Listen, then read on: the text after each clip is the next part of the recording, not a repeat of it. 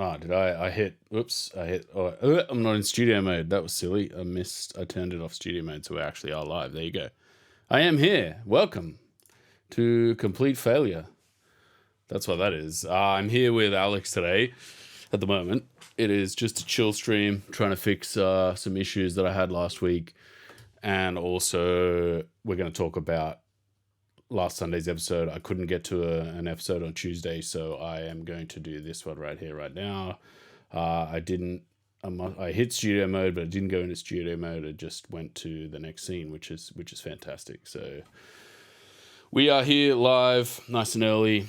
I think it's 9 p.m. here at the moment, so I'm tired. I'm ready for bed, but I'm still here for an interesting chat with my man who plays Karim, Alex, and Hello. Hey, you are here. Sorry, he was just fixing some technical issues, so that's fun. How are you anyway, my man? Oh, I just woke up not long ago. Yeah, beautiful. That's good. Did you have a good sleep? Nope. I was playing the whole night. Oh, what were you playing? What are you Dragon's playing? Dogma. Ooh, that just came out, right? The number 2. Yeah. Is that it's a so good one?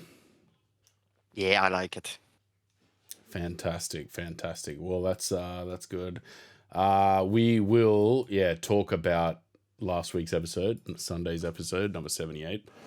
And I want to ask you a couple of things like above table about your character at the end too, if you don't mind having a quick chat about that. Yeah. Mm-hmm. That'll be some fun. I kind of phrase that as I want to talk to you about your character, but no, it's just a little kind of how do you do to Karim.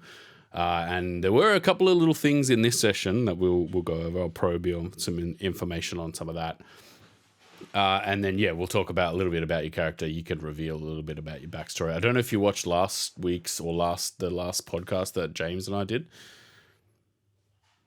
I think I did. Yep. Are you a complete psycho like me who watches every piece of the content that we produce? No, but sometimes when I get home from work and I want to play or watch something, but I'm tired, but I cannot sleep, so I just look, there's a new video, and so I'm just gonna watch it. So. Yeah, 100%. No, it's fair. I kind of went through his character with him a little bit, and gave him the what do you want to reveal type thing for his character, because I know you're the newest party member in our game, and it's not easy to come into a group who's this established, quite far through the campaign. Even though we haven't we're not really quite far through the campaign, but we kind of are, if that makes sense. But for you especially, right, to come into this, and you're playing also like a monk character, which is some character that's kind of up in people's faces. For us, for me personally, when we started, I was just like, I hope you're like, you want to play up in the face type style, get in there, try to punch things.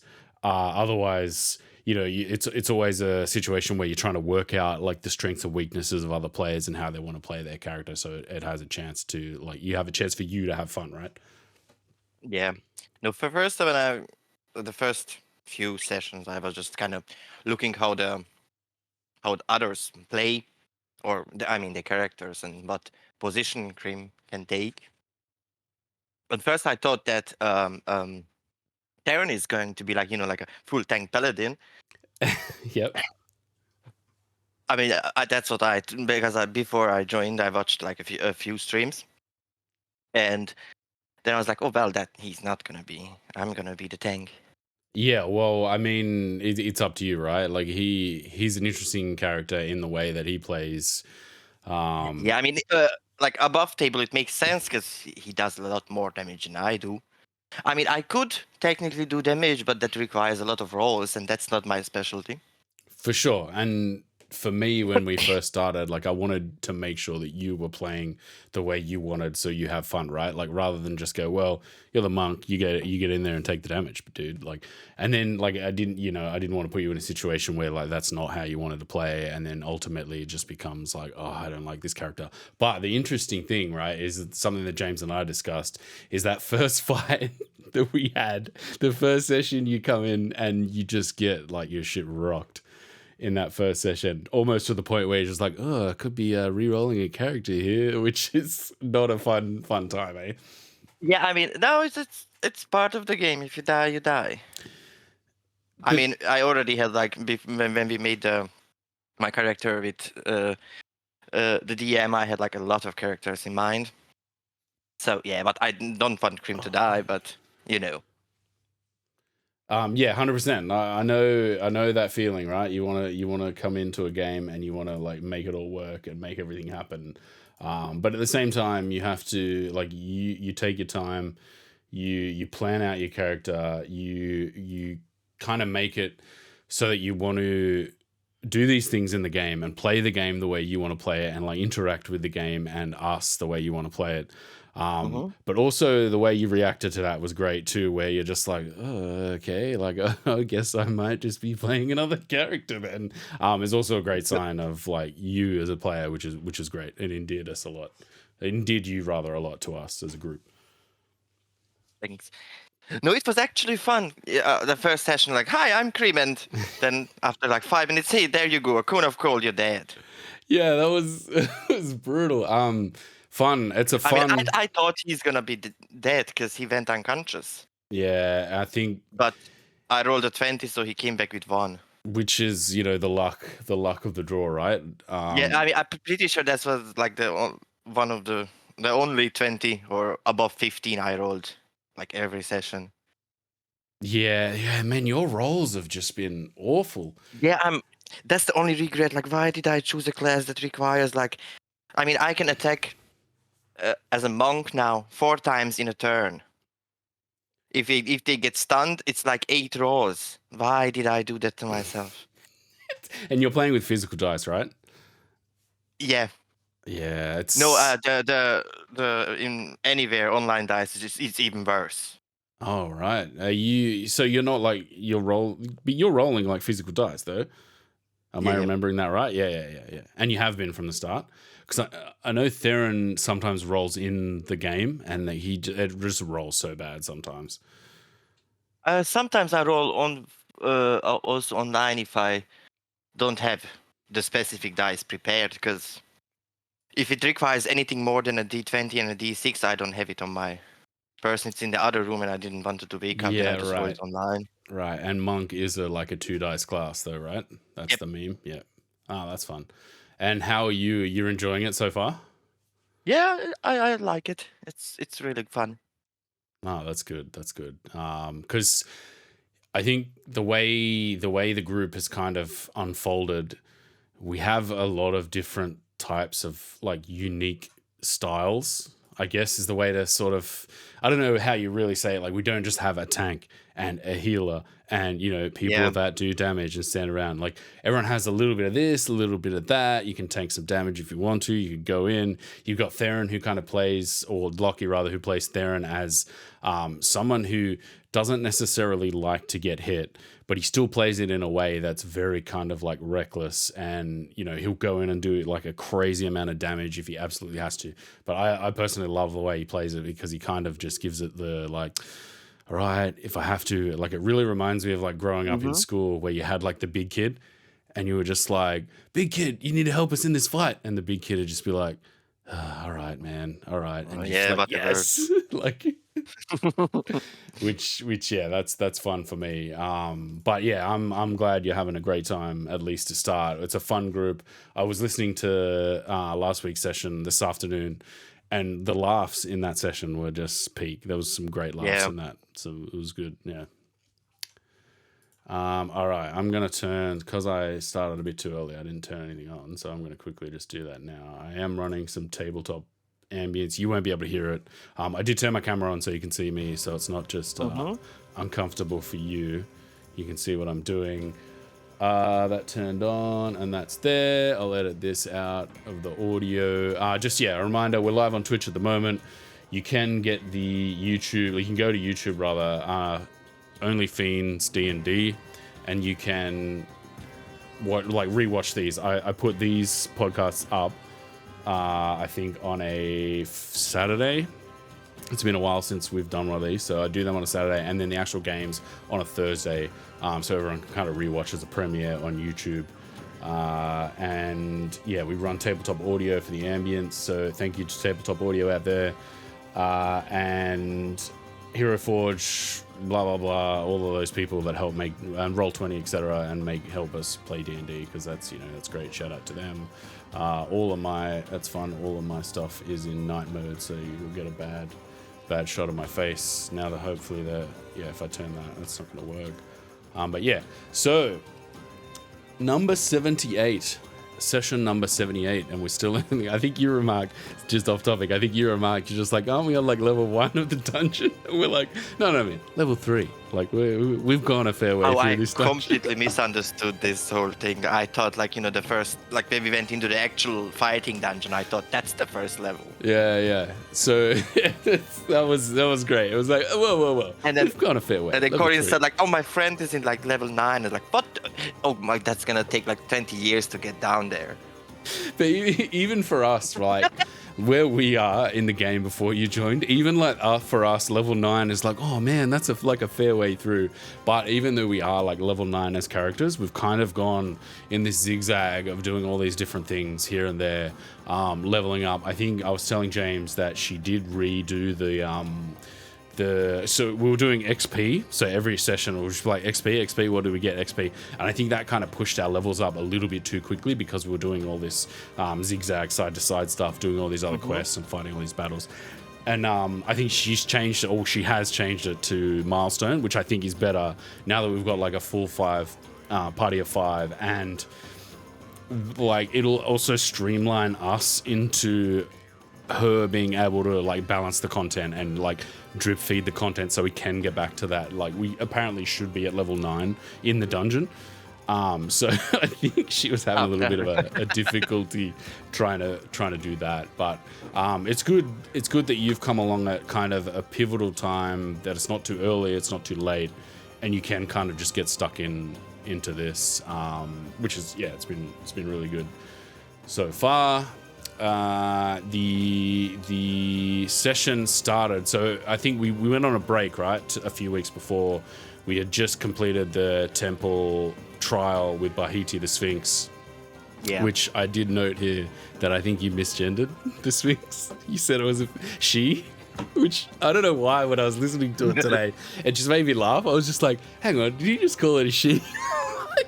I don't know why, it just made me laugh.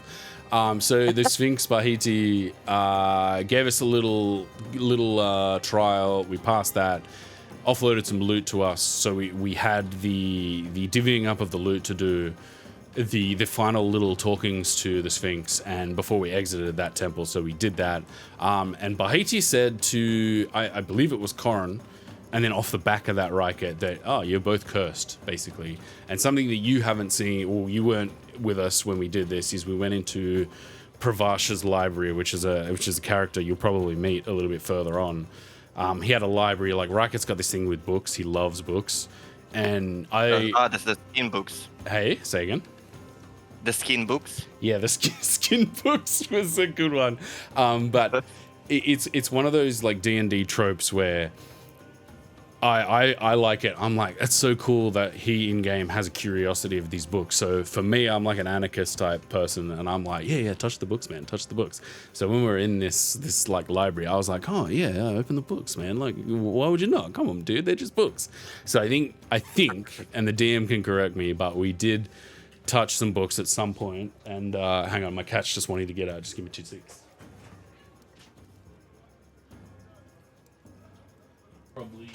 Everyone will probably see a shot of my butt on the stream, but that's okay. The best part of the stream. This is TNCs. We'll keep it above board on the TNCs. The what was I talking about? The library. Yeah. So they were touching these books that I think is how they got cursed. From memory, they made some rolls, and it was a little bit like, so, not a great roll. And it was like, oh, did something happen? It was like, maybe. So I think that's kind of where that came back from. And yeah, the book's made of skin. That was great. You played that so good. There was a few great lines. And then he said, yeah, Ryket in the pocket dimension, he got injected with serum by this crazy like wizard scientist, and that was another thing that happened that was hilarious as well. Oh wow. We'll have to revisit it at some point. And he said, yeah, he doesn't have a therapist. But he has a bunch of us now to be his therapist. So yeah, that was another banger line as well. So yeah, Bahiti kind of, we finished up with him. He sent us on our way, I should say. And we came back from the orphanage. No, sorry, came back from the temple to the orphanage. And we'd been gone 2 days. Shelter. Yes, the homeless shelter. God damn it! It's like no matter what we say now, it's always like one or the other, and it's wrong. It's like damn it. But I'm just gonna. To be honest, now it's nothing because all the homeless people went into the portal and disappeared. So. Yeah, I don't know how many. Like it seemed quite bare when we kind of went to the. I have it here. I'm just gonna turn the sound down, and to the changeover. Yeah, it seemed bare. I don't know if she'd maybe not had the NPCs, or. She's not put the NPCs on the Roll20 map, pardon me, or she's just, there's no one in there anymore. But we did return there, and Mongi was there who sort of said, we've been gone 2 days. And it was like, oh, damn, 2 days. We were, I think, on the back end of the last set of sessions, we were looking for Corin's colleague, which was Zarika. And that was something that we really kind of were like, oh, we need to get on that. So we did end up divvying up the loot. That was a fun time. I believe you're full on items at the moment, right? Yeah.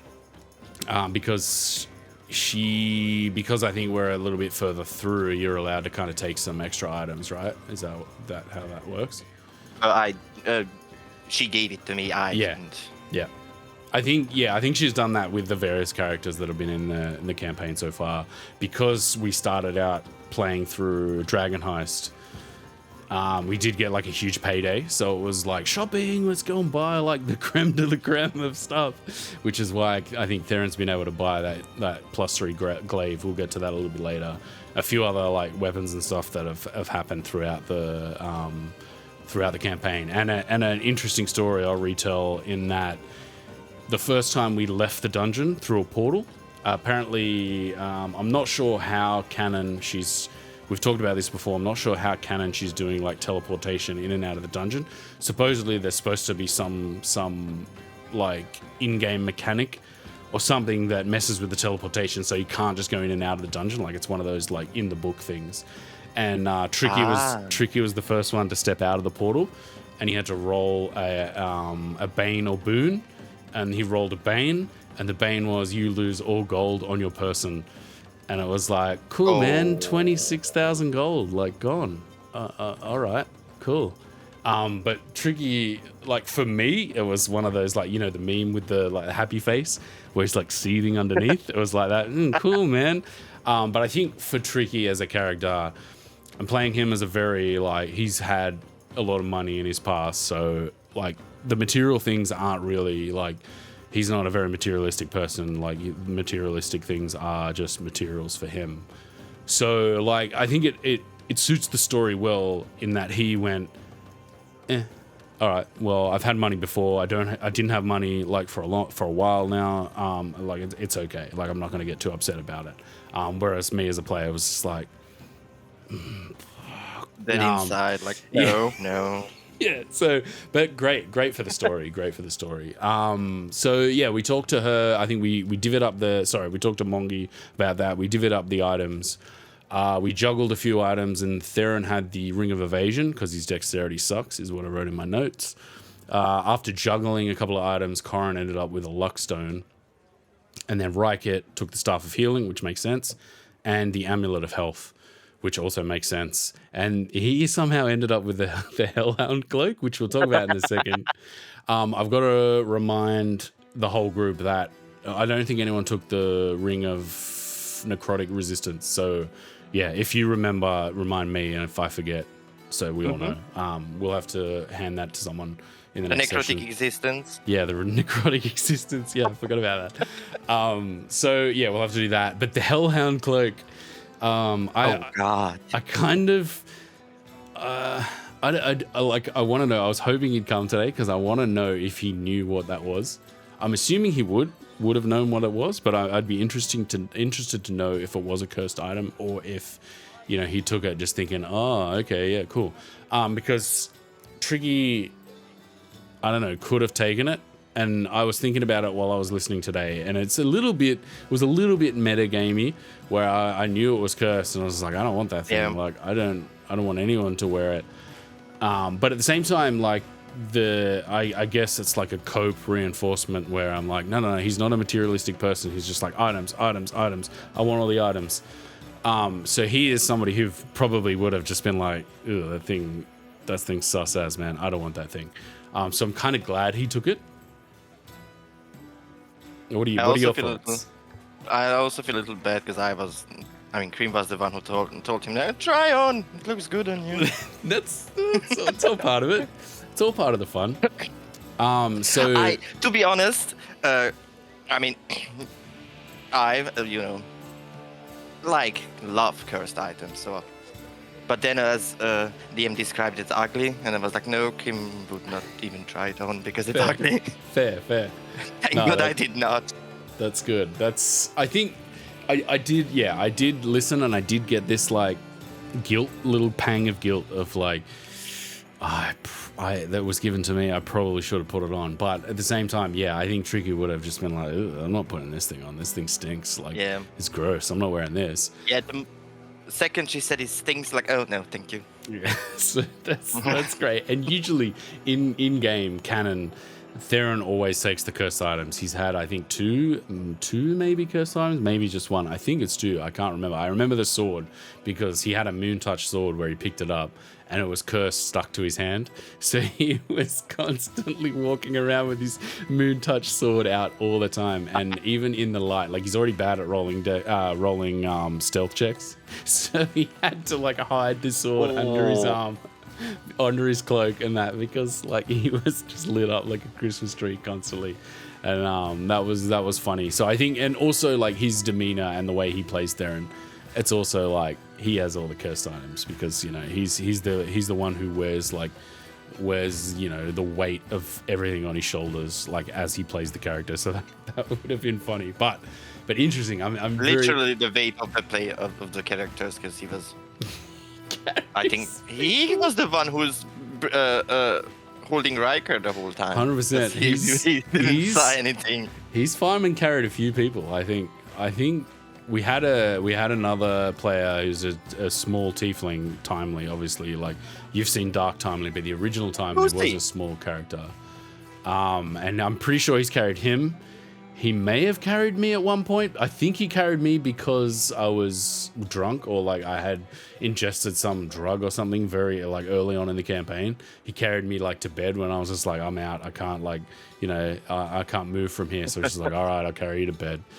And yeah, we'll have to dig into the archives and we'll have to see how many people he's fireman carried, because that'll be another interesting like stat for him to go with his listen. He loves to do listen, all right. So yeah, Riker ended up smelling the cloak and it stunk like brimstone and sulfur. The cloak was warm to the touch, but he was cursed with cold. That curse we were talking about earlier. Cursed with like some sort of cold ailment where he's, I think, vulnerable to cold damage. Yeah.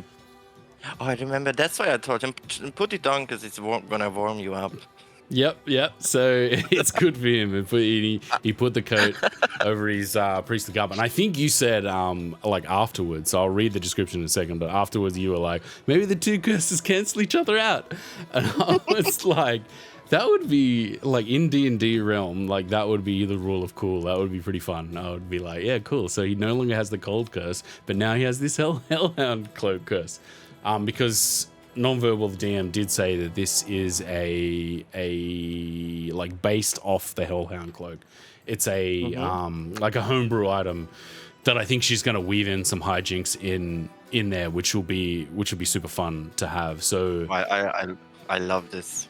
It's going to be very interesting, because when I was looking at the item, I was thinking like you have to know about wanting to turn into a Hellhound, right? Like that's how the cloak's supposed to work. So how, if you didn't know anything about it and you just put it on, like you wouldn't know, it'd just be on you and you'd just be like, I don't know what this cloak does. But then she like would have to weave in some, the cloak speaks to you and says you must turn into a hellhound, etc., etc. So I'm wondering how this is going to play out, because she usually does really good with like the long form curse type stuff. So yeah, that'll be very interesting. But the cloak itself, so she said to Rykit, he was like, yeah. So the cloak starts to tighten and tighten and tighten. It starts to shrink. And what's weird from us looking at this is that the cloak is starting to seep into his priestly garb. It starts to become part of it. Rykit feels a warm sensation of leather start to press onto his skin, tighter and tighter and tighter. For a moment, it feels like he can't breathe, and his skin can't breathe either, and he's being suffocated by the cloak. There is his style stab all over his body, and in the moment, we all look at Rykit and we see the cloak disappear, which I was just like, oh, dude, so bad. Even though, like, a little bit later, I forgot, like, what had actually happened, because, like, I got a goldfish memory. But yeah, Rykit then has this unsettling feeling of warmth and heat about him, which I hope cancels the cold curse. Yeah, and the cloak has now disappeared into his skin, and he remarks, well, that's not normal. Which just... It killed me. Oh, man, it killed me. So he now has, the Cloak of Hellhound, which is a cursed item on him. So I'm interested to see how that plays out. That should be an interesting little arc for her now to kind of write in. And, yeah, we'll have to wait and see how that goes. But, yeah, just a little bit after that, I believe you asked him to send a message to one Nadir Larek. Larek? I know. I have no idea. Larik? Nahid? Wait, let me. I have no idea what the name is. Nadir, I wrote Larek. Hey, Nadir Larek, what are you doing? I have it written down somewhere. But yeah, I'm interested to pick your brain a little bit with what's going on there, because you did actually ask him to draw. You did draw a portrait for Nadir him. Larek. Yeah, Nadir Larek. So you did ask him. You did draw a portrait for him to send the message. So I'm interested to get any background of what's happening there. No, not the last, the session before. In this, what you could see in this monastery with the sheep, and there was like this teacher guy. That's Nadir. Ah, interesting. So he gave you the bear arms, eh? Yeah. He's like the so-called master or teacher of Grimm. The right to bear arms. Interesting, very interesting. So we do have a portrait, or we kind of know what he looks like as characters, because I believe you drew the portrait, which is a cool feature, very cool feature for you as a player to have this tool to kind of draw something and give out exposition for your character, which I thought was pretty cool as well. Yeah, I mean the whole character is based on drawing and tattoos and stuff. Cool. So later it's gonna be more interesting. Yeah, a little bit later. Did you wanna give away any other stuff about his backstory with Nadir Larek? Anything above table? Well, maybe, but let's see, not too much. I mean, was the one of the monks, or not, I'm not even sure if he's a monk. Was just residing in the same monastery as Krim was, but I think he's not even part of the order or something. He was just there, like living there, or be living in seclusion or something. But I know that he went missing randomly, just disappeared, and that's why Krim left the monastery to find him, because the other monks refused to say anything. Interesting. So I think I think you gave away some more info that was, or like through the sending message that Rykit did, you got back info that he was on another plane from memory. I should have written that down, but I didn't write that down. No, he was in a shiny place or a very bright place. He said, Having like masked people or something from memory. I'm annoyed. I should have written that down, but I didn't. No, But he said he didn't said anything about masked people. I think he just said that he took him. He doesn't know on which level he is, but it's a very bright place. And then Reichel told us that he's in another plane because he had to like roll to get through this extra layer. yeah, which I believe, if you know anything about Undermountain, I don't know. There's some like planner things going on, like whether you have to like go outside of Undermountain or whether you have to like whether you're in Undermountain but also like in a pocket plane. There's a bunch of little things that we've done already in these like pocket planes, which I think is affected by that as well. So interesting, very interesting. So hopefully he or she, is it he? He. Hopefully he's down there and we end up finding him along our way, which was a nice little bit of backstory for Karim. It's because I think you've been playing Karim as a very like, I don't want to reveal too much, and it's part of the character, right? Yeah, for sure. I mean, he definitely has much more, but I don't want to. Maybe in a few sessions when we get to the top side of Waterdeep, then. Yeah, for sure. So for you as a player, is your like ideal way to give backstory out in like conversation with people? It depends on many things. I mean, yeah, if someone asks like directly something, then maybe he says something. But as I said, it depends on what kind of backstory the character has. Yeah. Or about the information. So, but he's definitely not gonna just go straight up. Oh, I'm this and this, and I did that and that. He's definitely not gonna do that. For sure. Like juxtaposing with Corin, who's a very just open book. He'll do, like being a bard, he'll just like talk, and you're just like, bro, like, all right, sort of thing. And I like the way that you're playing Karim, like very guarded, and I think it endears to our group in that, like we've got the two misfits in like Triggy and Theron, and then you've got Corin, who's very open, who like kind of like opens us up a little bit, and then you've got Rykit, who's like going through some shit at the moment. So it's a good little like fifth wheel to tack on to this group. For me, like I'm the least experienced. There you go. I've dropped it again. Theron. That's for Theron.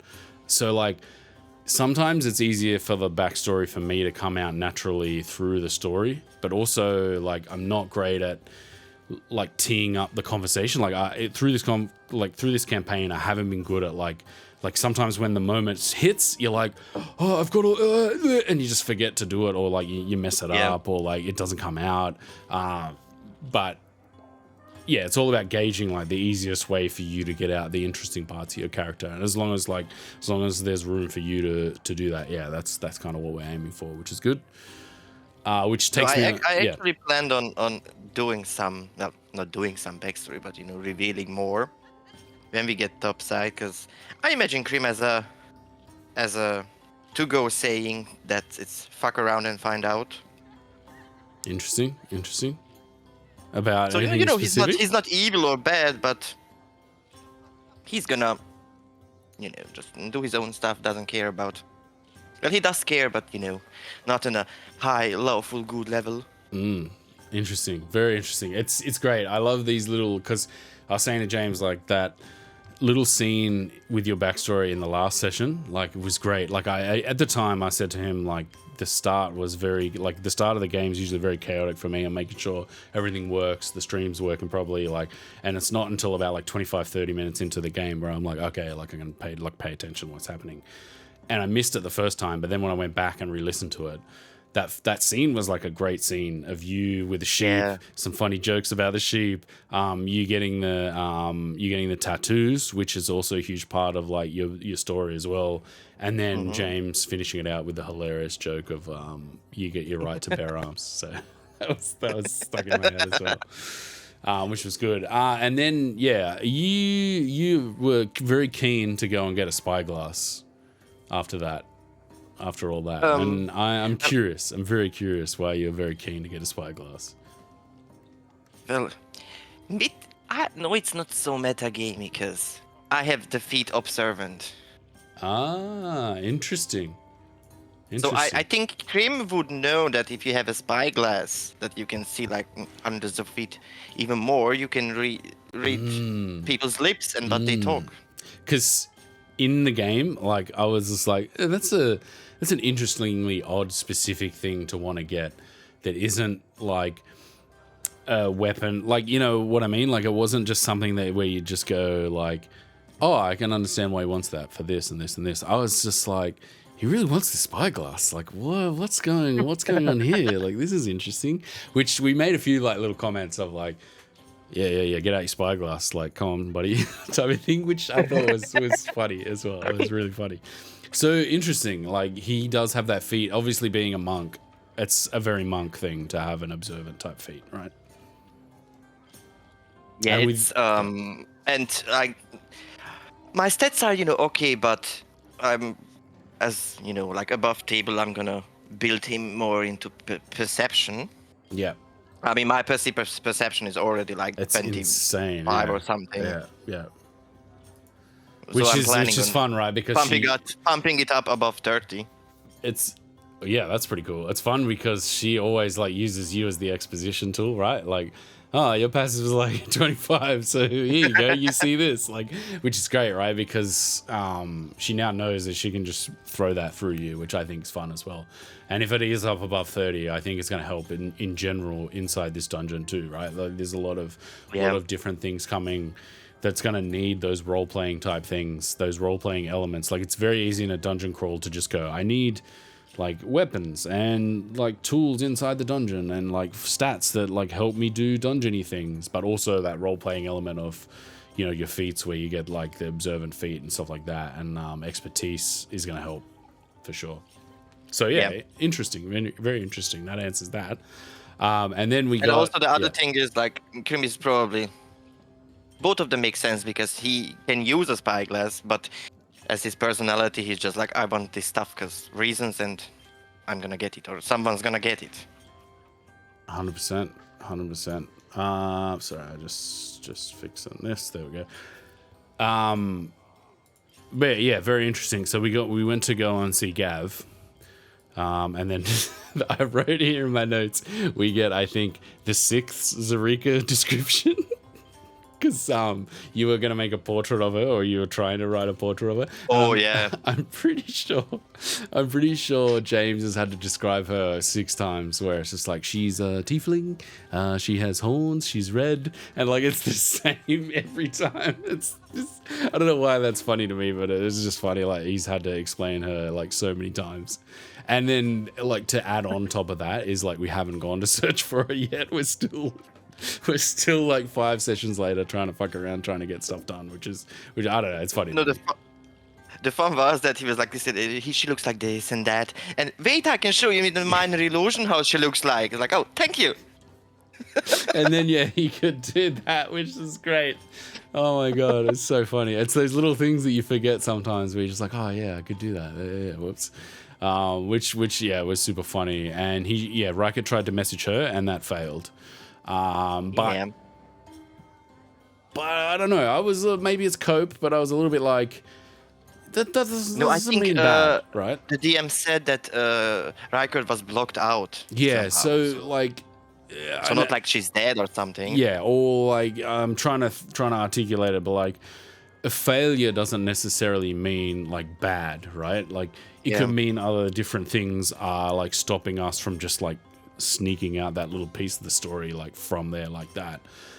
So I was like, I'm coping a little bit. Like I'm like, no, that's not all bad. So it just kind of means like us as a party are gonna have to like redouble our efforts now to kind of get down. I think she was on like level 6 maybe or something like that. So we might have to really kind of get a wriggle on through the dungeon down there to kind of save her.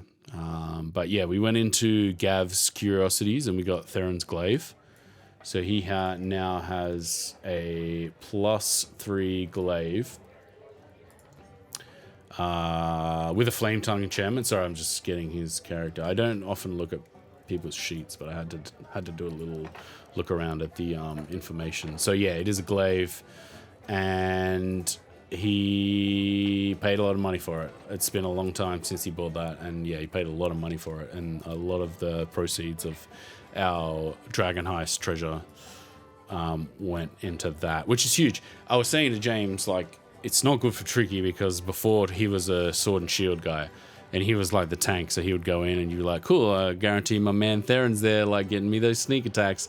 And then I remember he got that glaive, and the first thing he did was stand 10 feet away from something, and I went to attack, and I'm like, no, Theron, you're 10 feet away now. And he's just like, oh yeah. And I'm like, no, this is bad. Like, this sucks, dude. I can't get sneak attack now. And he's like, yeah, isn't that a shame, eh? And I'm like, not in a malicious way, but like, he's just like, oh, interesting. Which I was like, no, fuck. And then you came into the game, or like Corrin came into the game first, and I was like, oh, a Battle Master, like that's gonna be fighting and stuff, so he can get me sneak attack. And then you came into the game, and I'm like, thank you. Which I think is like to come full circle. It's kind of a way of describing the feeling of, I really hope you're going to be the guy that gets in front of things and gives me sneak attack damage. I think it's just a roundabout way of thinking of that way. The thing is, if I fight with the Astral Arms, I also have more reach. Yeah. Oh no. Damn. But the thing is, if I want to summon the arms and all, it's a bonus action, and if I do that, I cannot patient defense. True. And patient defense is going to be huge, right? Because it allows you to dodge. How many times can you do the Astral Arms? Or what's the mechanic? It's cost a key point. Just one key point. How many key points have you got at level 9? Is it like... Yep. I the same same number as your level. Okay, yeah, cool. So that's I not too bad. Now. Yeah, but the key points just go easily because step of the wind key point, dodging key point, extra attack key point. That's true. It's true because the stun's a big one, right? Like stun is that's one where you need, well, not need, but like it's one of the big ones where you just like, I need to throw that out, right? If we got something big that we're attacking, that you know, the ability to stun something is something that you're always kind of like focusing on. Or for me, the way I look at it, like a monk is always trying to focus on that. But it's those other utility things, right, that make the character viable and interesting. But what are your thoughts on the arms specifically? Like, how is that going to help you? But the first idea was to make the character, before the game started, was to make him without arms. Or really fucked up arms, so he doesn't fight with normal arms, just with the, Astral arms. But then I was thinking more about things like, that's out there. You know, like, it's a cool idea, but it's so, like... It's so out there, man. Holy moly. So then I just, like, no. But it's actually cool because if I fight with the Astral Arms, I think everything is force damage. And do you get to shove things? No. That's one of Riket's things when I think he's got a telekinetic shove, which is force damage and gets to shove things. Nah, interesting. And the good part is that if I have the Astrals or Astral Arms out, I can replace every strength roll to wisdom. Yeah. And my strength is 8. Ooh. Oh, yeah, right. Okay, so that like it's like spirit and like a spirit energy mechanic. Yeah. Cool.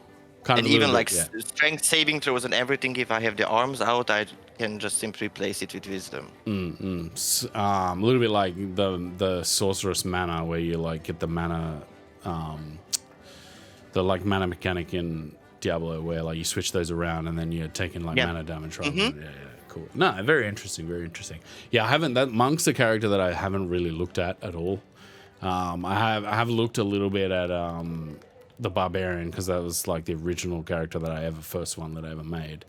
And then I did a monk in one of the one shots we played, but it was like a robot monk, and it was like a bit like just silly, like tailored to being a robot basically. So like it wasn't all those features like looking at all the features, it was basically just the one stellar feature.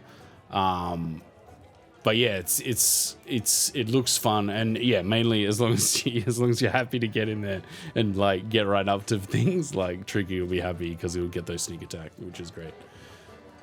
Yeah, I mean, in the last fight, it was when we were in the dungeon. That was fun when all those ropers attacked like 8 times. Yeah, and dodged everything, one hit, and I nearly died. From one hit. Was it the damage? Like, were you at full health, or were we down from that? I wasn't even full health. That's the problem. Yeah. Okay. Yeah. So it wasn't like, it hit you for. But this one attack did like 30 something damage. Yeah, and that's gonna be tough. That's gonna be the tough part, right? But as long as you're happy to play the character like that is where I'm going. Yeah, I like it. I'm like, cool, because like I said at the start, I was very just like, I hope you're happy doing that, because I don't want you to just think, I'm just gonna be the meat shield now, hooray! Like, and then you just didn't want to play the character or something like that. But yeah, so we met Gav, and we talked about working with Blindrick. You haven't met Blindrick. He's a great NPC. Which is our surface kind of magic guy. I don't know if you've been told the story of how, like, very early on, I think like maybe session 3 or 4, Theron and Timely talked to Bravash and essentially said, if you sell us a bunch of magic items, we'll do this spying on the Rakshasa guy for you. And essentially we just like took the items and then went to Heinrich, and Heinrich was like, these are somebody else's items, right? And we were like, yeah, can you like make them our items or your items? And he's like, yeah, I'll take all the enchantments off them, so like nobody will ever know that they're the other person's items. And then they found out and beat up Heinrich. So it's kind of our fault that he has no sight at the moment because of the mask that got shattered. And it's like, God damn it.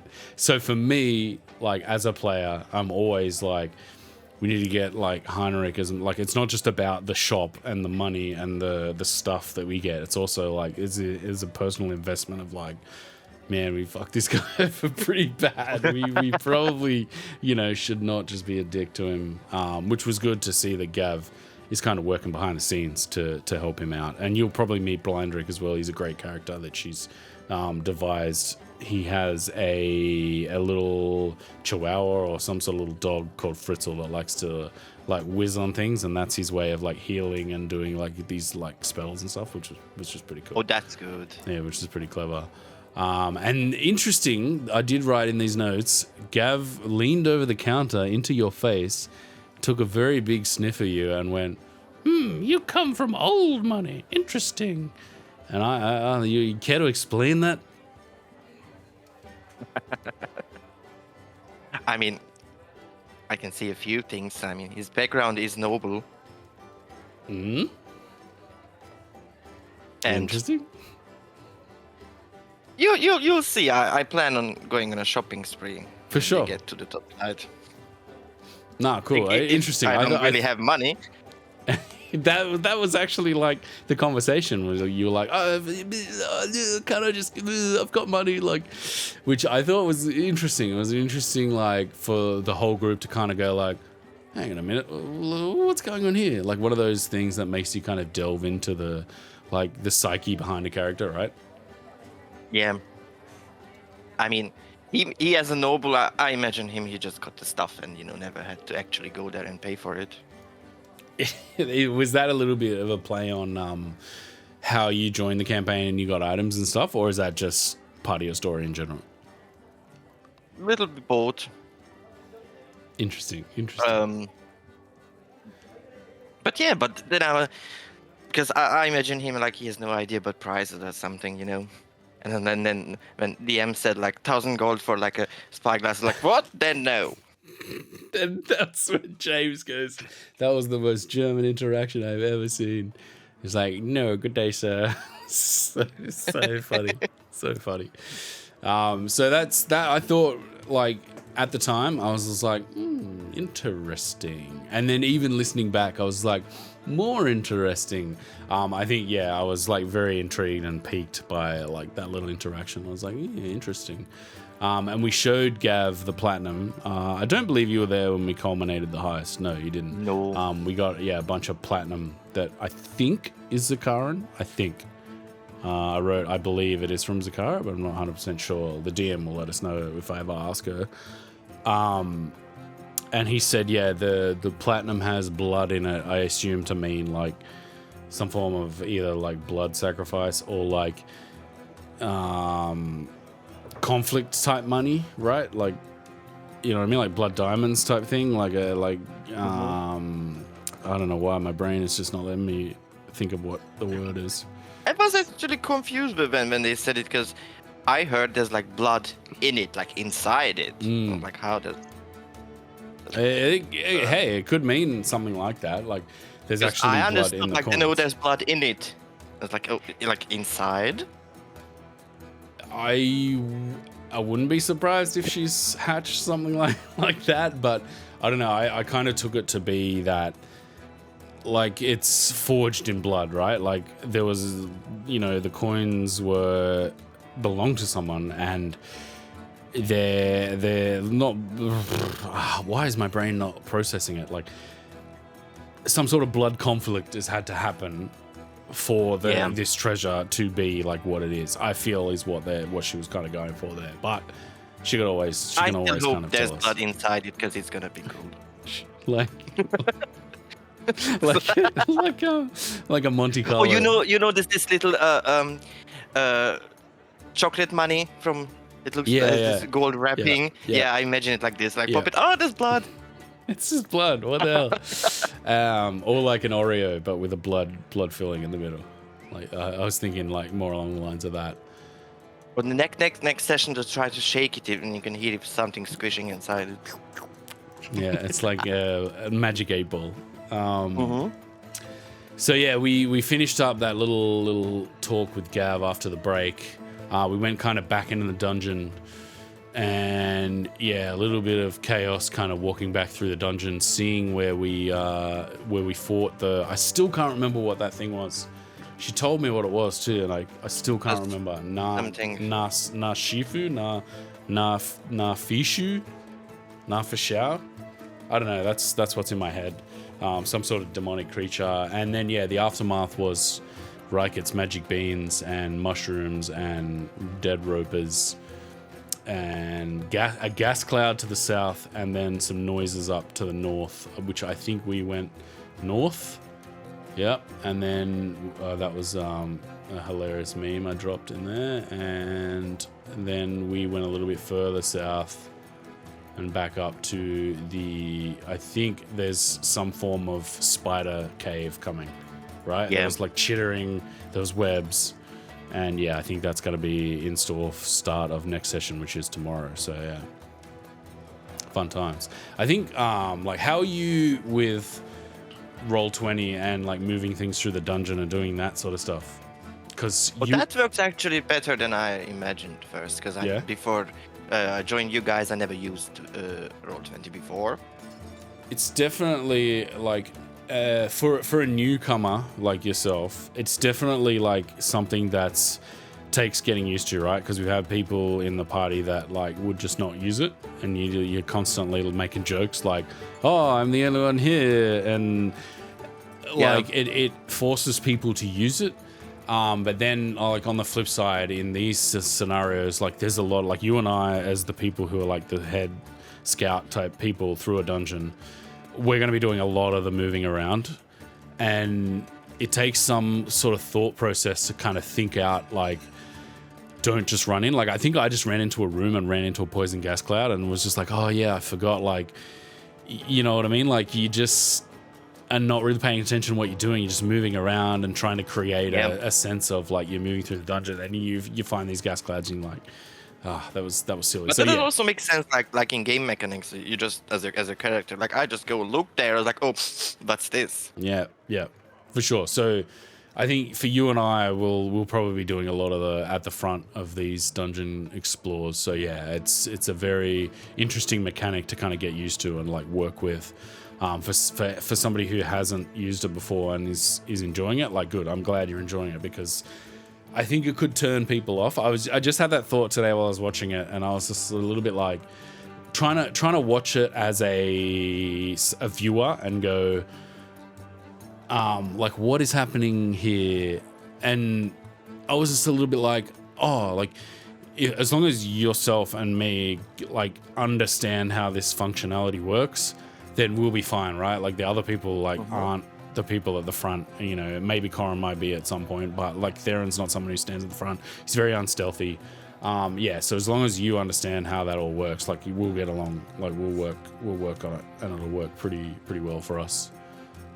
Yeah, and before I used the D&D Beyond maps in other campaigns, and the Roll20 is, I find it much better. Yep. Because I don't even think that the players can in the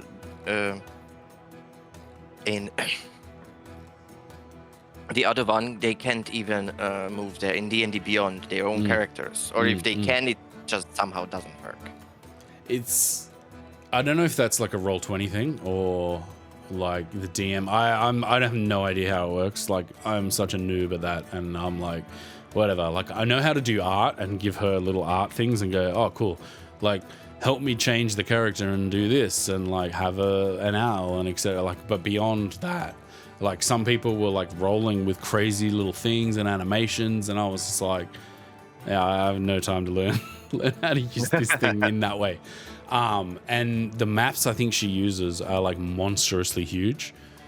And I was thinking about it today, like the only way she could get around that really is cut them up, right? But that's so much work. Like to me, I was looking at it and just going, that would be just such a pain and so much work. And like constantly going, okay, you've moved like 8 squares and now you're at the next set of like 60 by 60 and you moved like to the, like it'd just be like a brutal mechanic to add in. So I kind of get why it's kind of like that. No, but in Roll20 the map functions, but not perfectly, but much better than the other tools I used before. And you can see that the map is huge. Like the last time, or I don't know what time, she was like, yeah, put your characters on the map, and I didn't, like, I still can't see anything. Like it's still dark. It's like, oh no, we did up top in this little corner, and I had to like zoom in. Oh, that's where we are. Yeah. Yeah, it's. I think. No, it's really good that you can actually use normal measurements, because last time I used on that's a huge part. Yeah. On D&D Beyond, it was so hard to figure out any kind of measurements, and also if you like make it smaller or cut it, then the quality of the map gets so bad. Yeah. It's because you're a DM as well, the right? Roll20 is really good. Yeah. Yeah. And because I'm not a rarely DM. a player, so I'm having so much fun now. No, that's good. Player. I've never DM'd before, so I just look at DMing and I'm like, oh my god, that's so much work.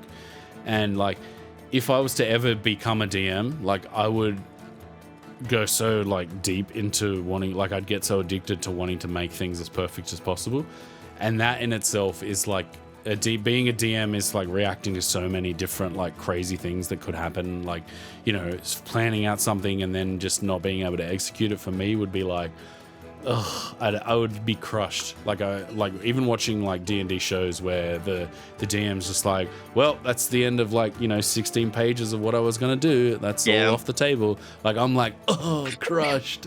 I don't know if I could handle that. Like, I think that's kind of why I don't DM. When we play with my friends, like I do a lot of prep and stuff, but nowadays not even as close as I used to do before, because it's probably never gonna end up as you want it. So I don't make so much high expectations of you know, I pre-plan a lot of stuff, and then of course the one thing is going to happen that you didn't plan. Yeah, I don't know, it'd crush me too much, and I wouldn't be able to handle it. But yeah, I'm glad you're having a lot of fun and you're enjoying it, and like that's one huge part of it. And That's also, just the only thing that when we were in this trial thing with the Sphinx or whatever was it, and there were 2 more chests that we could have opened, and I'd gonna die if I don't know what was in the chest. I'm wondering if like what was in those chests was what we ended up getting anyway, right? I do have that because there was 5 items, right? 5 total: the cloak, the evasion, the necrotic existence, the amulet, the staff. Yeah. Let me very quickly just go solo. Take you off the screen. We'll be able to hear you. Oh, I'm like really tiny. That's fun. I will find the episode and I'll see if I can. Come on. No, not move to bin. What are you doing to me? I'll bring it over here, make it the right size. You won't be able to see any of this. You're just sitting at home, relaxing. Hopefully you're in a nice sunny spot. Yep. That's a very strange day in Germany and sun, so. Yeah, interesting. It was very warm today where we are. Like my daughter played soccer this morning and it was not a cloud in the sky and I got like sunburnt. My neck is so sunburnt and I'm like, it's winter. Like what? Or like mid-late autumn. Like this is weird. Like I don't usually get sunburnt. So like all afternoon I've had like a towel on my neck, like trying to cool it down. Let's have a look here. So here you are up the top. There's one. Let's see if we can find another shot. So 1, 2, 3, 4 chests. Yeah. Maybe. So maybe we did get them all. I don't know. How badly do you want to know? Well, I don't know. We might have to ask her. Yeah, because no, the thing is, I know that I opened 2 items that was there. Yes, and the 2. What were they? That was the cloak and something else, right? Yeah, it was the cloak and the amulet. And the whole thing ended just before I could open the 3rd one. Yeah. So maybe we also got this, but I'm not sure. Yeah, maybe because we crushed it, we got that stuff that was in the other one. So yeah, no, interesting. We'll have to ask her next week or tomorrow. What am I talking about? Tomorrow. And we'll have to see. Unless she might go, no one will ever know. And we're like, no. Oh, God. And then there's like also was in the chest a button is like, oh, you cannot do this to me. Oh yeah. Well, I think you pressed one of the buttons, right?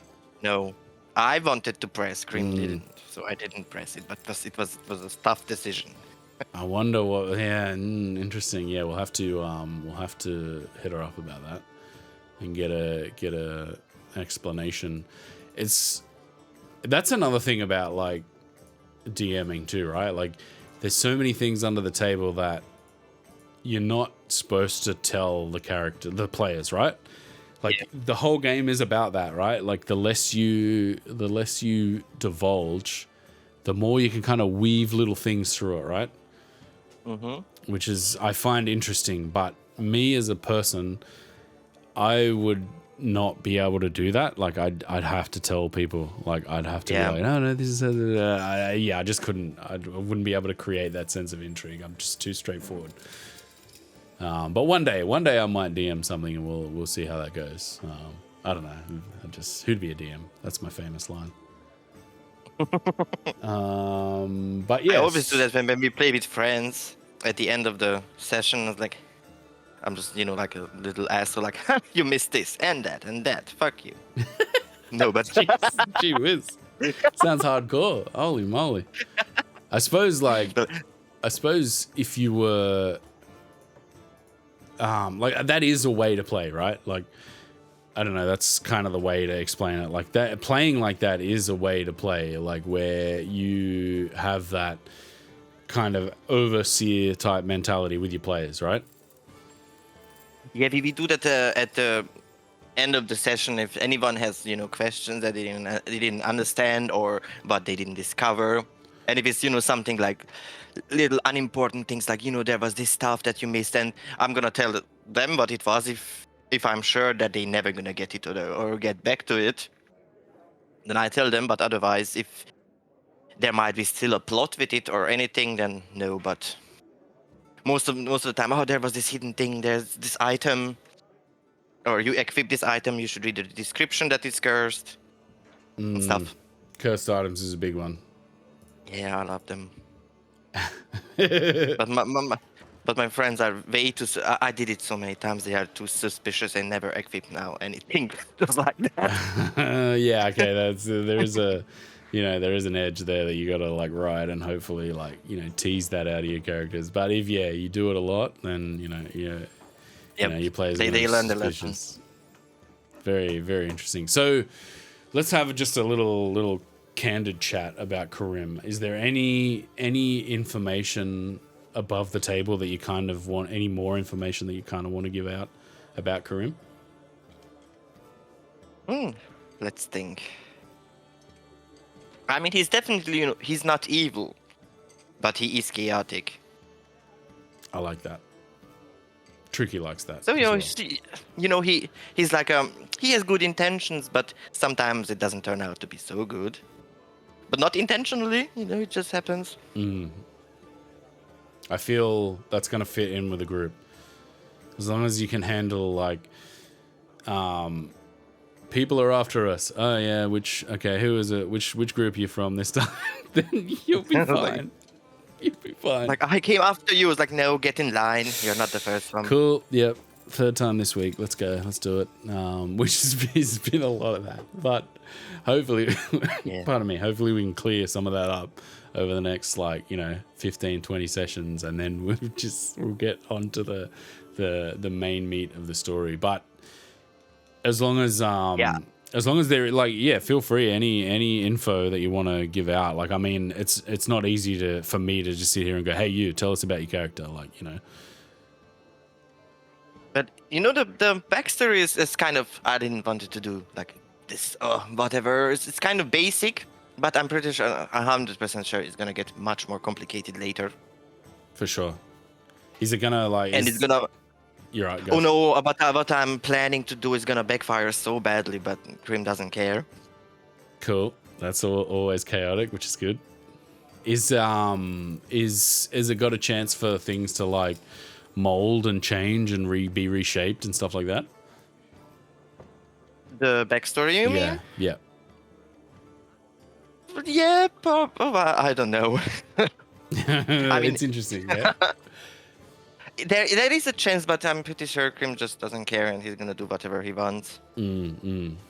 Because there's a few, in Tricky's backstory, there's a couple of little things where I'm like, take the story where you want to take it to a point, right? And it gives me a chance to not expect what's going to happen, right? It's not just I have to go here and do this, and I have to fix this and do that, and then that's the end, all right? Gives me a chance to process any changes she's made and react to them, which I like that style of. Well, that's the only style I play, but I like that way of playing my character, kind of having it in my head that here's the arc I want to go on, but there's little parts all around it where it can change, and you have to change. You have to go, oh no, that's happened. And then you got to keep things together. And there's been a few little things of that. I think one day we're gonna have to do a proper deep dive on our characters and really go deep into them, because there's been a lot that's happened. And for me, all of the characters we have are interesting. They have a level of intrigue that leave you going, oh, that's pretty cool. They have personalities that are interesting, that we make funny jokes, and there's always funny little parts about each character that you can come back and draw upon. And also they're interesting for an audience, right? Yeah. Which is no, I still have to speak with the DM about check up on a few backstory elements, how rich Grim's family is. Fantastic. And depending on that, how he's gonna fuck things up. Very good. Very good. I'm in for sure. I'm in. I can say this, that he didn't went willingly to this monastery. He was sent there. Interesting, So interesting. By his family? yeah. Very interesting, very interesting. Very, very cool, very good. I'm sure, yeah, we're going to get a lot more out of that. I think, yeah, we're going to have to play through this little Corrin arc because he joined the game, and that's kind of, that's where the part's leading. It's time based. But yeah, there's still some little parts of all of our stories to come, and hopefully, you haven't met Josh. Hopefully, he can come back into the game later in the year. He's doing some real world stuff, but his character was interesting too, like a Fae character that joined our group that was very very interesting for us. And the only female character, so it changed the dynamic of like, just 5 men trudging through, like being manly men basically. So I hope, he comes back in later. He had an interesting character, but I think it's those parts of the game for me that make it the most interesting, where I'm not just going, I'm playing a game, like this is a game. Like, part of the intrigue is knowing about these characters and listening to the story and talking through some of that stuff, which I don't know, that might be the crux of playing D&D, but also it might just be overly like weird and nerdy from my point of view, from like me. I also love it when like characters have like it doesn't have to be so deep and complicated backstory, but like a real, that sounds real backstory. And kind of like allows for the players to play through it and enjoy it and be part of it. Which it's not, I don't know, I'm again, like, this is the only campaign I've ever played in, so it's not like I have other like markers to understand. But yeah, it is interesting for me. It keeps me wanting to play more and more and more and know about different things. And I'm someone who's very like, tell me more. Like, what about this? Like, what about that? How did that work? Like, what was that dude standing next to the other dude? What did he think? Like, things like that, so that's kind of, that gives you like an insight of like how I like to play the game. Cyberpunk bar. Why did I turn that on? I'm going to change the music. That is very uncomfortable. Try to listen that's why I was like, months ago when I was looking for an online game, that was funny because I was looking on forums and everywhere, and so many people wrote me about, I have no idea what this is. This is like a D&D game, but you don't actually go and play there. Just you type wherever, whatever you want to do, and sometimes they're gonna answer, and that's how you play. Like a non-communicating way.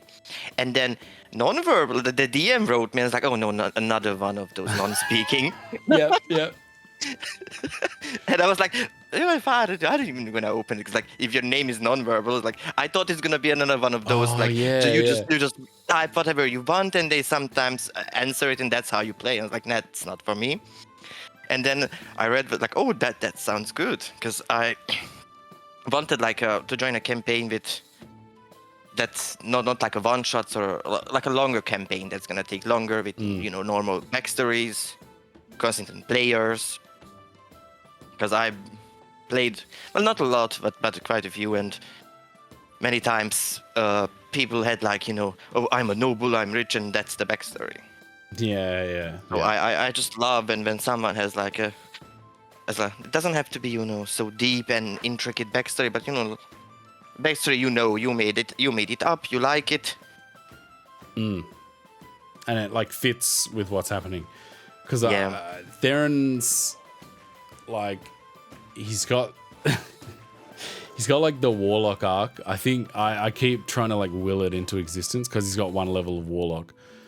I'm like, when's this warlock arc coming, man? I want to see his like descent into madness and how he plays it, or like some form of like eldritch thing come up in his past. But I don't know. I don't know if it's actually there or what's happening, but I'm kind of willing it into existence. I think it would be interesting to understand where each story is at, right? Like, cause for example, like, I don't know your backstory. I don't know Theron's either. Corrin's is pretty straightforward. He kind of says, but we like, the process of not understanding like where those characters are at in their story is also for me a part of like the intrigue and how to play the game as well. So it would be, I don't know how you would do that, but it would also be interesting to just be like, okay, where's your story at? I'm interested. But when you kind of watch these other shows, right, especially the ones at a table, I find like it's so, like watching them play at a table, for them it's so easy to communicate with each other. Where in our game, like there's 5 people and it's online, and there's no being able to read people's like what they're doing, what their emotional state is as they're like delivering. The little bits of lag as well that happen like can also like really break your immersion of, you know, you're trying to say something funny or trying to say like squeeze something in and you can't quite get it in there. And I've almost you were muted the whole time. Oh no, I was muted. Damn, so sorry. Like that was some of the best lines I've ever had. And I find like I can't watch those tabletop shows anymore, right? Because it just makes me think about how good they have at communicating, and like makes me think about this in not like a negative way, but it just makes me think about all the toughness that we go through trying to communicate. And I'm like, you know, fuck them. Like, fuck them for sitting at a table and being able to do this. Like, but I hope. But the thing is, like, you can't really compare like an online, but what we play now, and when, you know, people that they know each other for like years to come together and play, it's like you cannot compare. And what we have now is actually really good, because I played like online with other people before, and many of them was just a disaster. When like they were like not even 6, like 2-3 people is enough, and they just don't understand that you cannot speak all 3 of you at the same time. I can imagine, honestly, like as someone who's not that experienced in that realm, I can kind of imagine like that it could be just chaos. And yeah, it was many times just chaos, or the completely opposite. They don't say anything like, oh, your character like, yeah, I do this, I go there, like, wow, so much emotion in your voice. yeah. Or like I can understand like very early on I was very like, it's very tough to kind of on the spot just come up with like exposition about your character, or like, oh shit, I'm in like a spot where I hope I don't fumble what I'm trying to do.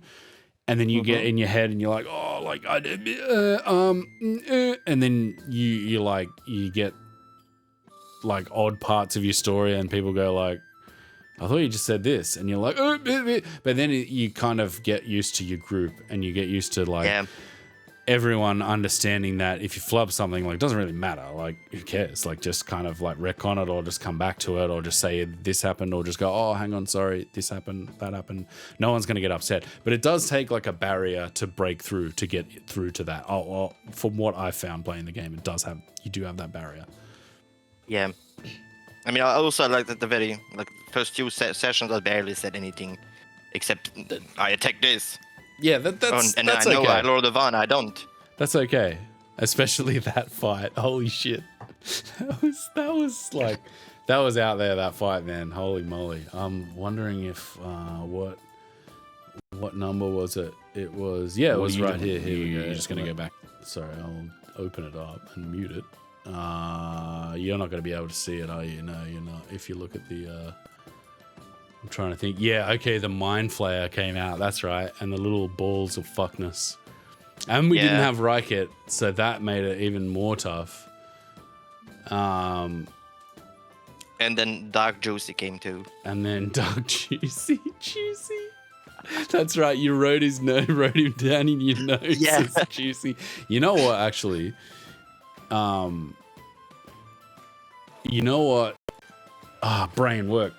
When I was like, before you joined, we fought like this Kraken type creature, and it grappled me, and I was stuck. And I like for multiple turns, you're just there like, I can't do anything. Like this fucking sucks. Oh, like this sucks. Like I can't. And then like I was saying to James, like your thought process is, do I need to like find a way around this? Like, this is really debilitating. I don't want it to happen. Do I need to like find a way to like not get grappled and not get like taken out of a fight like this? And it really messes with your psyche. And I know it kind of happened to you in that as well. And it happened to James, where like it's the shittiest feeling, man. Yeah, how to disable like every cool feature Monk has, just grapple them. That's it. It's yeah, it sucks. But it's also important for a DM, right? I mean, she's a very compassionate DM, and she's very Yeah, invested she in. does a very great job. I don't really like how she DMs. She's very invested in. She's very very canny and very quick witted too, right? Especially with some of the retorts. It also keeps you on your toes too, like, and the way she DMs is very compassionate in a way that it gives you a chance to like understand what's happening before you kind of know just how bad it really gets, right? And also for her, it's important that some of these encounters where there's things that grapple or there's things that do damage or there's things like the roper where it was like 1, 2, 3, 4, and you probably would have gone down if you didn't dodge all of those. For her to process that, right? Because it's important for DM to like attack you and make us feel like we're threatened so that it makes us feel those things, right? Yeah, and it's like me as a DM, it's quite hard to find.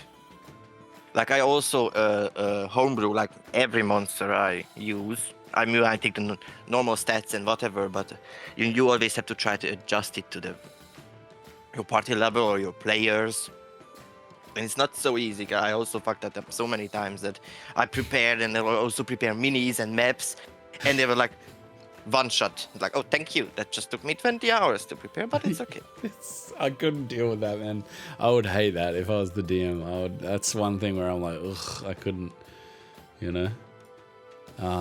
Yeah, that was. That was just me. We'll be seeing more of that character too, by the way, that Dark Timely. I don't know if I was saying to you, no, I think I was saying to James that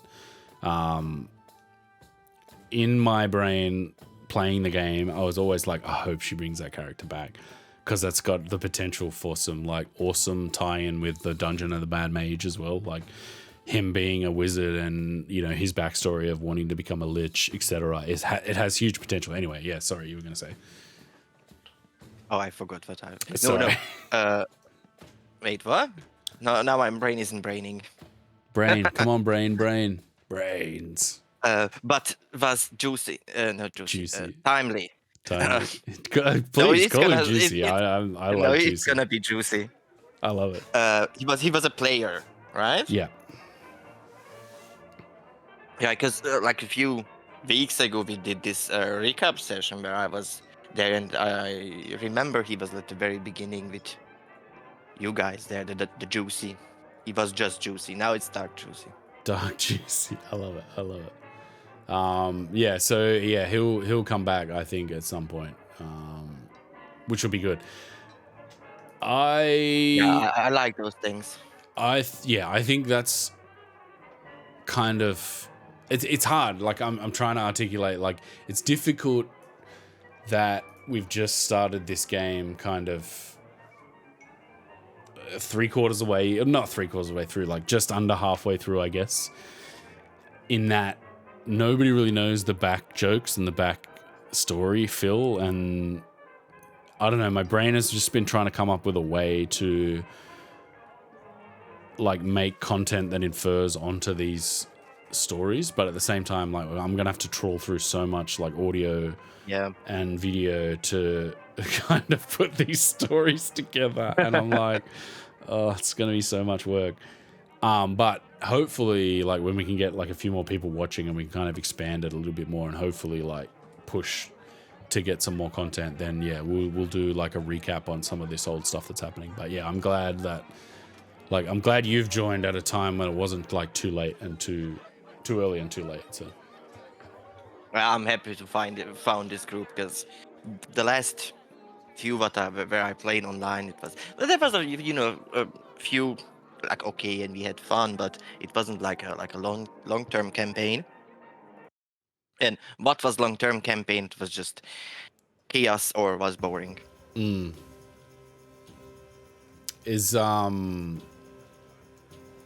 Sorry, I just had to change the music. It was like a jazz club, and I was like, "Ooh, this is not the right type of music." Why is my brain not working as well? The game itself. Where was I going? Come on, work, brain. The game itself, right, that you've joined. It's like so much of like being able to play is about like the group dynamic, right? And it's like there's two things, like the group dynamics is huge important, and also the story. But you can have you can have the best story ever with the best professional DM, but if you have shitty players, the story is gonna be shit too. Yeah, and if you have a group that, like, I think the best part of our group is like we all just make hilarious puns and jokes and like make light of most situations, and like it ticks the game along. It allows us to like laugh and interact and have funnies and like show memes at the end of the game and do stuff like that. And it's super important. Like, I think being one of the original people, like, it's easy for me to just go, oh, like, it doesn't matter. Like, whoever joins, it doesn't really matter. But it is, I think, important, right? Like, to get people that, you know, don't get upset at certain things that are said, and like everyone has a pretty good sense of humor. I mean, there are some intercontinental, like, people catch some intercontinental strays over like, and I think I'm pretty thick-skinned on some of that stuff, like especially like with the England, the Britain and Australia type dynamic.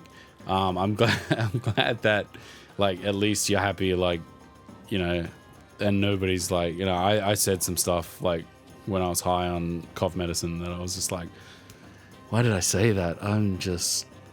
So I was like, oh my God, I felt so bad. I was like, oh my God, I am such an idiot. But yeah, and to tie it back in, it is important, right? Like, to be able to interact with all of your teammates as people, right? Not just players, as people as well, right? It's super important, right? For the game dynamic. And yeah, I'm having so much fun. I'll like, let's play right now. Come on, like, get them online. Let's go right now. I'll keep playing.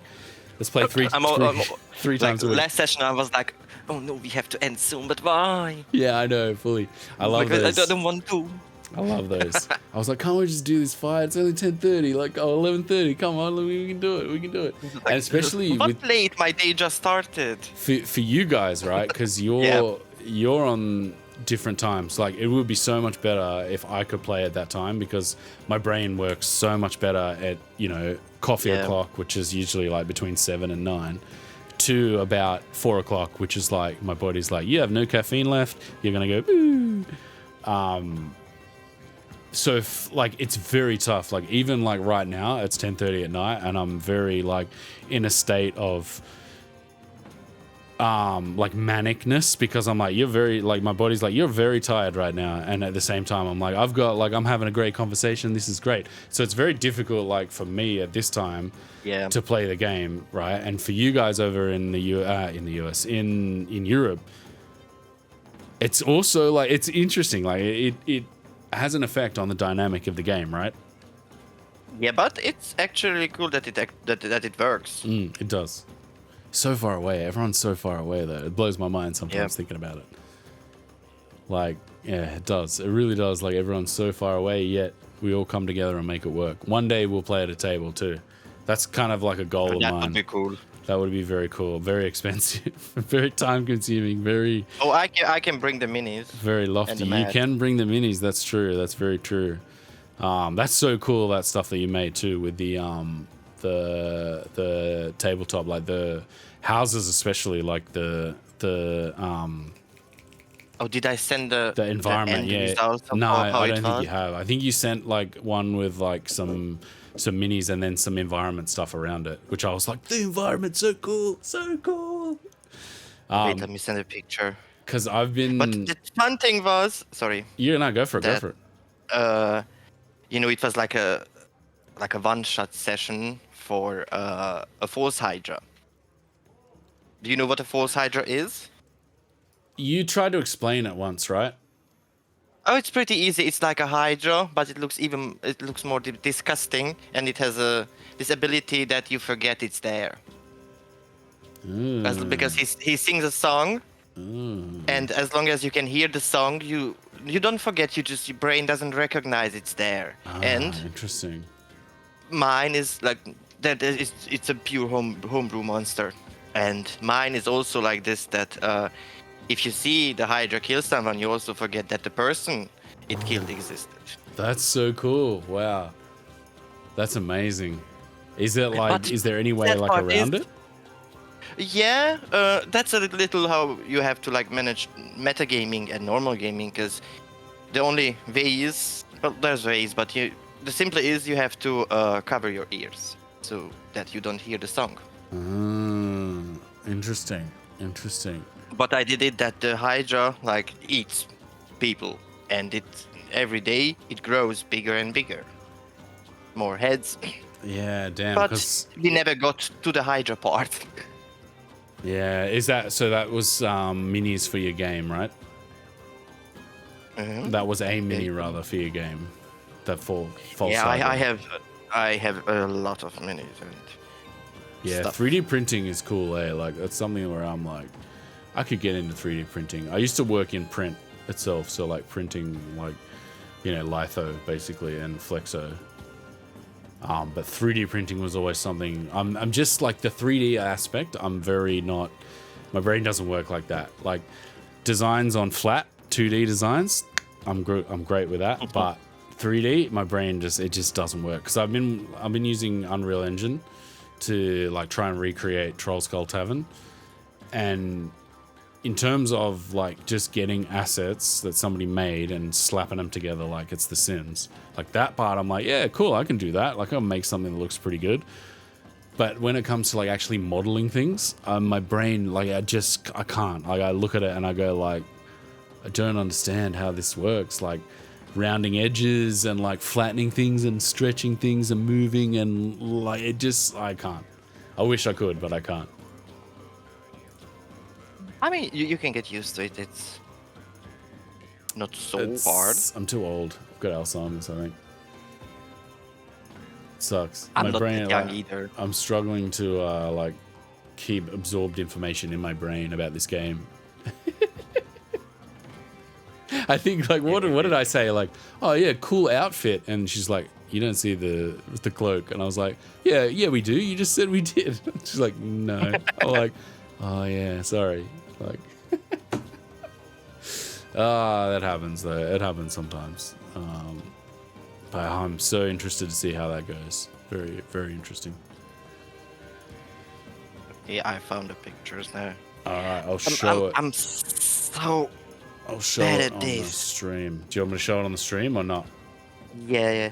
If I find out how to fucking send it. Send it. I'm old. Technology doesn't. Old. Technology. What'd you say? Technology? Technology? Yep. Technology. I think if can I share my screen? Let me just try inside Discord. I'll probably edit some of this out of the audio, but that's okay. See if I can show you what I made for Trollskull. 5.4 has been released. Thanks, Unreal Engine. That's fun. Some people have made some pretty cool assets too. Like, I look at it and I'm just like, that's amazing. I wish I could do that. I would love to make like a beholder or something like that, you know? Oh, I have a beholder. Ah, that's so cool. I'd love to make one. I made one out of plasticine that time. That was pretty whack, but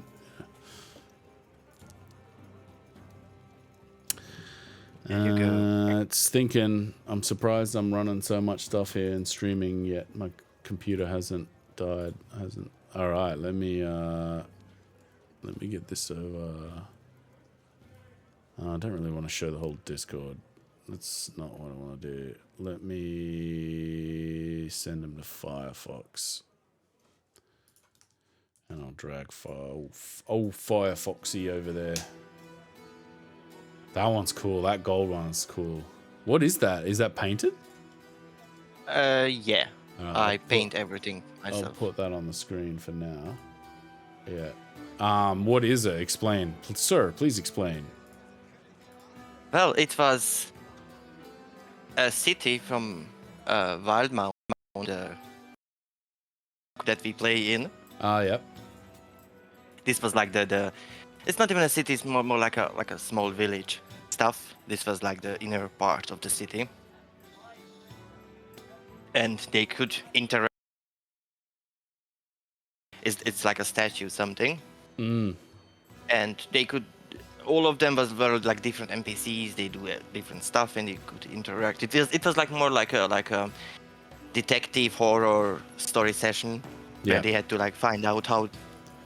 And I would gradually remove NPCs from the map, so they notice that they not die, but they just disappear and they don't know, because even if they saw them die, they will forget it. That's so cool. Is it? It's Wild Mount, you said, right? Yeah. That's so cool.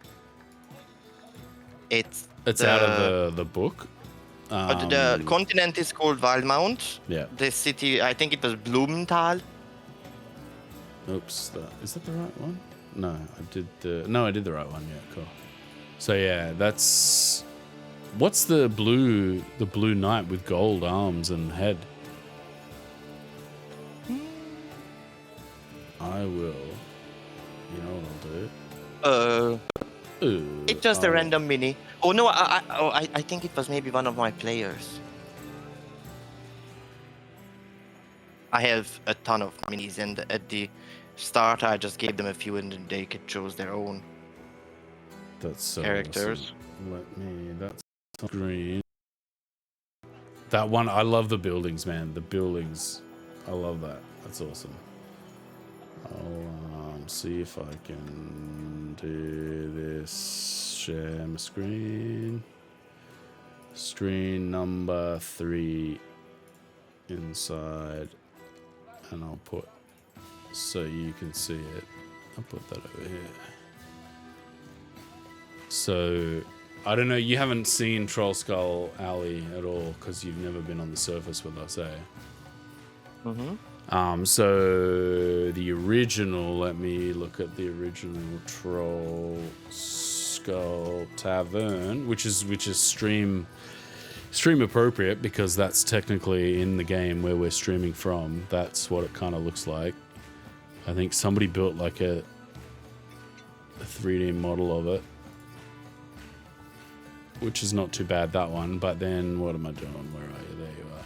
So I essentially just got a bunch of models, which are like, that looks good. The walls, and I can't, like, the cylinders. Like, I really wanted to make this part like one whole big cylinder, but I just can't do it. It just doesn't look right. And like, you can model and like, you know, build this texture onto the cylinder, but I can't. Like, I just can't make it look good. But all of these assets are essentially, if I turn off structures, let me find Trollskull. If I turn off the floors, oops, I went the wrong way. Roof is what I want to turn off. That's the top floor. There's a bunch of like just random assets that I just put in there. But it looks good. Yeah, it's not bad. It's a little, what am I doing? Garrett, where's the lamb sauce? And then yeah, this little and the lighting's actually not too bad. Like, the lighting's a bit weird in this. Like, you actually have to make your own lighting, and then like in some assets, like, they don't work properly. Like, shit's just spilling through and stuff, and sometimes it just gets a bit too dark. But yeah, I'm trying to do it. It's tough. It's a slog. It's an absolute slog. Yeah, and it takes a lot of time, probably. It does, yeah. And especially somebody who has never really, like, has only kind of like played The Sims and played around in these editors before, like, once. You're like, it's tough, man. It's tough. But I'd love to do 3D printing is the crux of all of that. Oh yeah, I forgot I did this cool sign. Trollskull Tavern under new ownership. And then I'm gonna build like a notice board thing in Photoshop there and put it on there. But yeah, one day I'll get around to finishing it. I did have that floor tile landscape, if I turn that off and I turn on the actual map, I would one day like to make this entire map of Waterdeep. That's to scale. Oh. That's to scale basically, but God damn. like, no chance, man. If I speed it up and go all the way up, that's how big it is essentially. So I've just made that little bit there. And it's like, but yeah, you know, small goals and small achievements. One day, mate. No chance. But yeah, back to your minis. Very cool. Let's Hydra, this last Hydra one, and then we'll call it a session. It was good. That's the false Hydra, right? Yeah. That's so cool. Honestly, that is so cool. Can we zoom? No, we just want to go back and forward. Okay, plus zoom. There we go. That's so I made cool, a really man. bad picture. My phone isn't suited for Nah, any that's kind of... that's really cool. That is so cool. Like this one looks like crazy. And I put, it was like some kind of like paper. I mixed paper and glue together and painted it red, so it looks like flesh. Yeah. Like weird. I got so sick because my vision is so bad. I had to get so close and was inhaling this glue at the whole time. So I like, no. But the sad point is we never came to the monster because we were just fucking around so much. Bummer. That's a shame. What a shame. Maybe next session. Maybe next time, eh? Yeah, if somebody remembers where we left off. Is that you? You need to remember? Someone has to remind me because I got a little full at the end, so. All right. Well, that was good. That was a good way to end.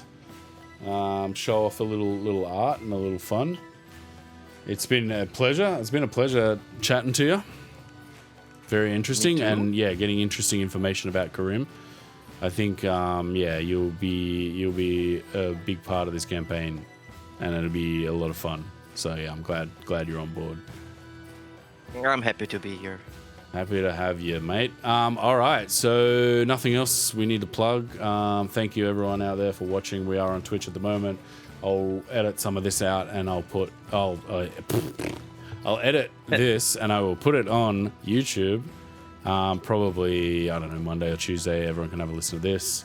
It's a little bit pointless since we are playing tomorrow. Let me get the times out. What are the times? The times. I had a whole thing with times, but it's not. Yeah, here it is.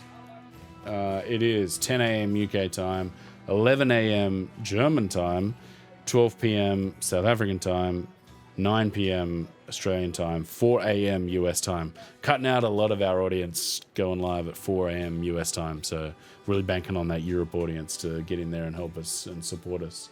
And if you are watching this on Twitch, give us a follow. That will really help us. We need to get up to that. I think it's 25 followers. We get to get a whole bunch of new things unlocked, and we can like kind of market the show a little bit more and try and get out there to more people. And I think that's about it. We shall see everyone tomorrow. Alex, thank you so much. You want to say bye? See you all tomorrow. See you tomorrow, everyone. Tomorrow.